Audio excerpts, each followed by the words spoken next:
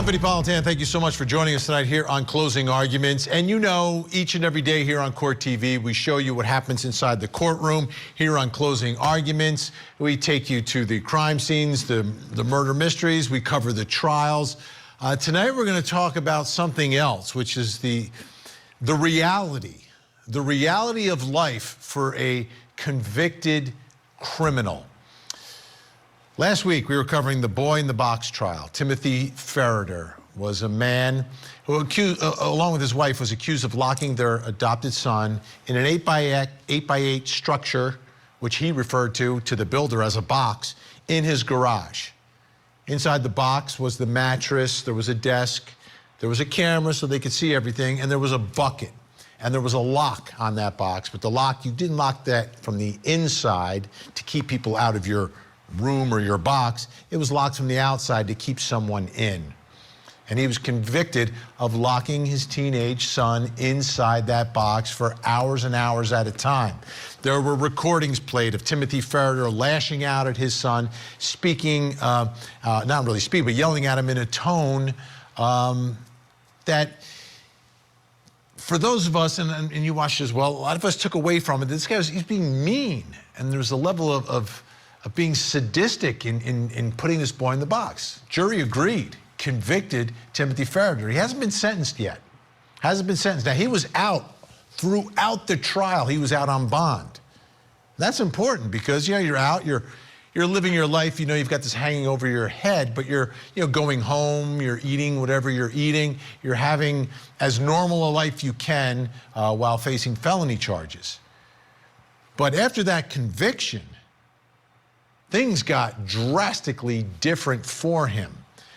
But let's show you now the moment where he goes from a man who is free to walk in and out of the courthouse to someone who's about to be told by the jury that you are guilty. Take a look.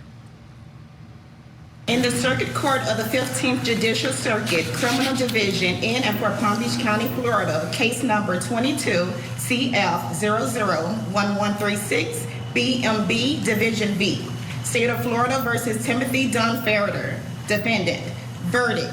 We, the jury, find as follows. As to count one, we find the defendant guilty of aggravated child abuse as charged in the information. As to count two, we find the defendant guilty of false imprisonment as charged in the information. As to count three, we find the defendant guilty of neglect of a child as charged in the information. So we say all this 12th day of October 2023 in West Palm Beach, Florida, signed by the jury foreperson. As you watch him, deflating, right? You could see him start to melt and disappear. I think he truly expected this jury was going to come back and say, no, it's okay. You can lock your son. It's your son, right? Yeah, lock him in a box.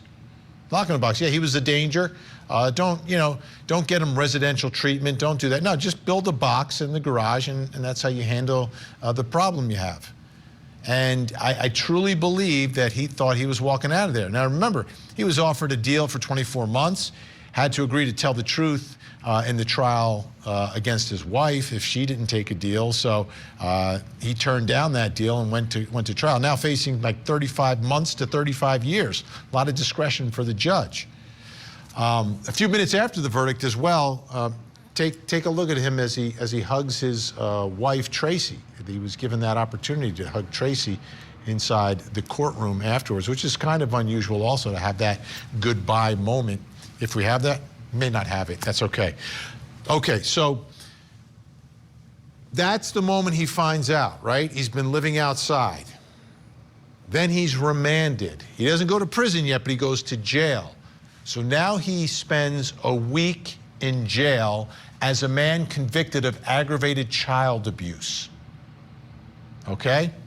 Aggravated child abuse. So he's back in court. How did he do during that week?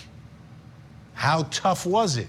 On this program, we had a former inmate say, it's not going to be good for this guy. No, it's going to be bad. It's going to be really, really bad, is the way he described it. He didn't go into graphic detail because we know what he was thinking about. I think everyone watching that segment knew what he was thinking about. Now I want to show you Timothy Ferriter back inside the courtroom after being in jail. This is a different man. He's literally shaking. That look in his eyes. This is after becoming the man in the box. And whatever's happening behind those bars. Completely different person. This is the reality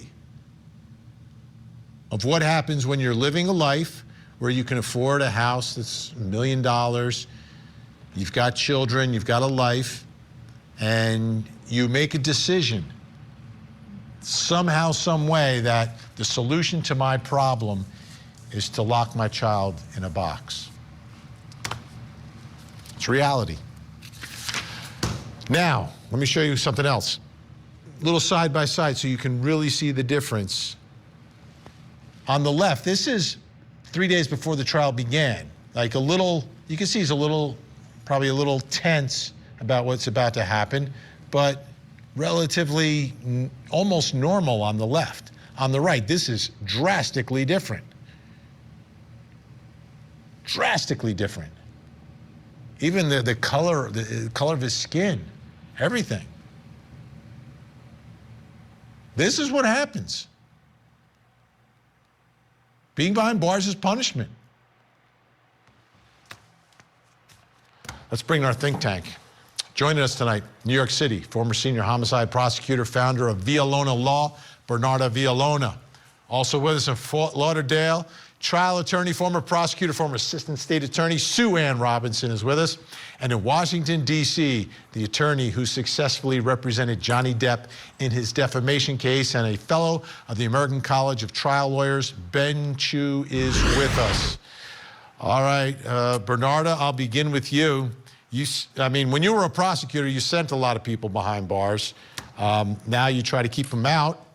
What are your thoughts about what we just saw there with Timothy Ferriter, this before and after, and what has happened to this man 1 week behind bars?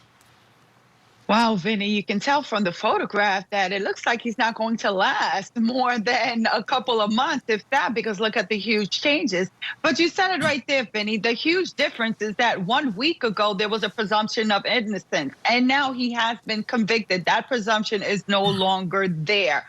So this judge is not going to allow him to be released pending the sentencing date. It's just not going to happen. He has now been convicted by a jury of his peers, and it's time to face the piper. Sue Ann, we had a former inmate on who said this man was not going to be treated well behind bars. And I can only try to read what's going on with him. But to me, the bottom line is he does not look good. He doesn't look healthy. He looks like a different person. And something terrible is happening to him behind bars.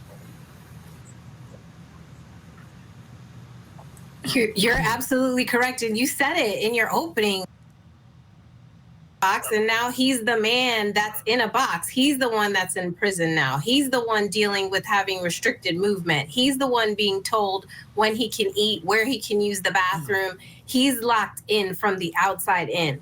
So he's the one going through that now. Ben Chu, it's a system of justice. It's punitive. You get punished for crimes in this country. It's not just about rehabilitation. Some people want to make it just about rehabilitation, but there's several aspects to our criminal justice system. One, you lock people up to keep other people safe. Two, you punish them. And then three, if they're going to return to society, you try to get them back in a position where they can be useful, law-abiding members of society. That's the biggest challenge always, obviously.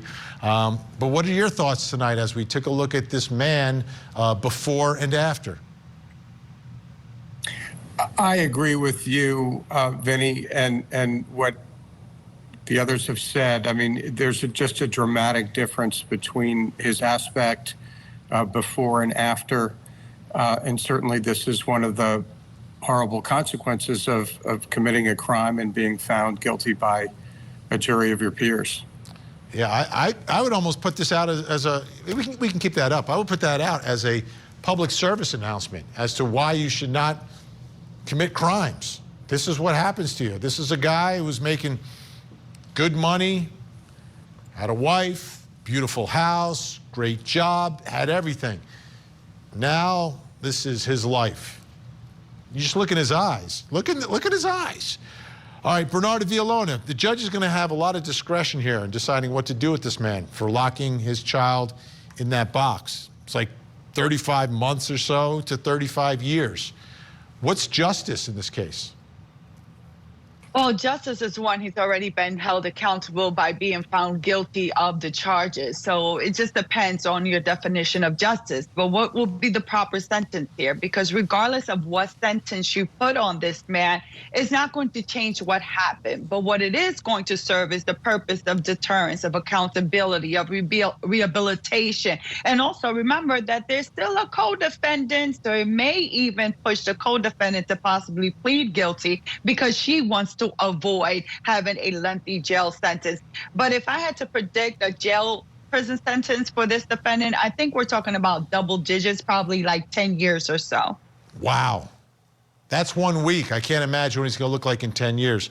Sue-Ann, from your perspective, what do you think is justice in this case? Because ultimately, yeah, a guilty verdict means he's guilty, but then a judge has to figure out what's the proper punishment here.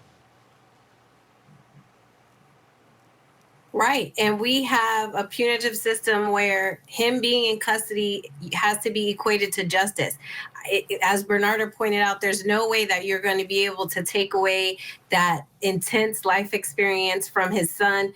That can't be taken away from him. He's always going to live with that. He's always going to be recovering from this. And obviously, you know, he's viral because of it. Everybody knows about it. He's going to have to live with what happened to him for the rest of his life. So what is justice in a case like this? The judge is going to have to look at what is going to rehabilitate him, what is going to give him ample opportunity based on the statutes to reflect on what he did. I think Bernardo's on the money. I think it's going to be in the double-digit range, in the 10-year range. Wow. All right, Ben, let me ask you. Something else happened during this trial. The victim testified, was in the courtroom with his father. And at one point of his testimony, he talked about the fact that, hey, you know, there was a mistake. I think it's been overblown. You know, we should just move on and sort of forget about it. So it wasn't like the victim in this case, although you could talk about the psychological pressures of being in the room with your parent, all of that. But the victim in this case wasn't really out for blood, so to speak. Got up on the witness stand and, you know, told his story of what happened to him. But when it was time to talk about what should happen to his father, he almost had the feeling that, all right, let's just move on from this. Do you think that'll have any impact on the judge? I don't know. I think it almost cuts both ways. On the one hand, the child, of course, doesn't want to lose his father, no matter how much his father failed. So I think the judge, it may actually not cut for the father. I think it might make the son even a more pathetic figure in the judge's eyes. So I'm not sure that helps him. All right, we'll keep an eye on it when the sentencing happens. It's supposed to happen relatively soon. We will bring it to you right here on Closing Arguments.